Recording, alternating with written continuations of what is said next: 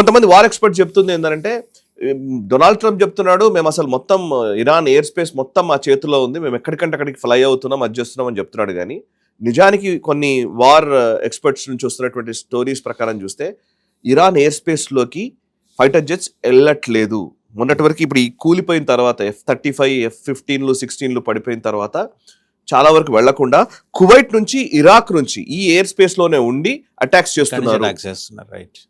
So దగ్గర నుంచి attack చేస్తున్నారు అనేది కూడా మనకు తెలుస్తున్న విషయం. సో ట్రంప్ అబద్ధం చెప్తున్నాడు. ట్రంప్ చాలా అబద్ధాలు చెప్తున్నాడు.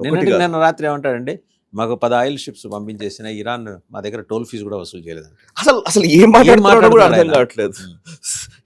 ఇరాన్తో యుద్ధం జరుగుతుందా, కామెడీ ఏంటి అర్థం కావట్లేదు నిజంగానే.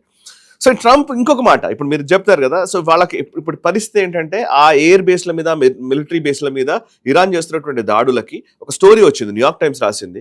వాళ్ళు రాసింది ఏంటంటే అక్కడ నుంచి వాళ్ళు అమెరికా సైన్యము ఆ మిలిటరీ బేసెస్ నుంచి వాళ్ళ స్థావరాలు మార్చుకుంటున్నారట.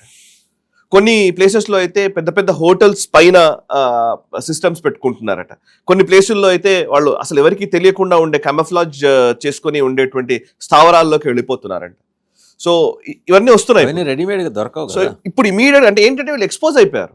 ఆల్రెడీ ఉన్నటువంటి ఎక్కడ ఎయిర్ బేస్ ఉంది ఏంటి అనేది ఎక్స్పోజ్ అయిపోయారు. వన్ నెంబర్ ఆఫ్ అంటే ఇప్పుడు ఎట్లా ఉంటుందంటే ఎయిర్ డిఫెన్స్ సిస్టమ్ ఫస్ట్ ఎప్పుడు కూడా ఎదుటి ఎనిమి అడ్వర్సరీకి సంబంధించినటువంటి దేశంలోని మేజర్ స్థావరాలని కొట్టాలంటే, ఆ దేశాన్ని మనం అటాక్ చేయాలి అని అంటే వాళ్ళ డిఫెన్స్ సిస్టమ్ ఉంటుంది చూసారా, ఫస్ట్ డిఫెన్స్ సిస్టమ్ని అటాక్ చేసేస్తే లోపలికి వెళ్ళడం ఈజీ.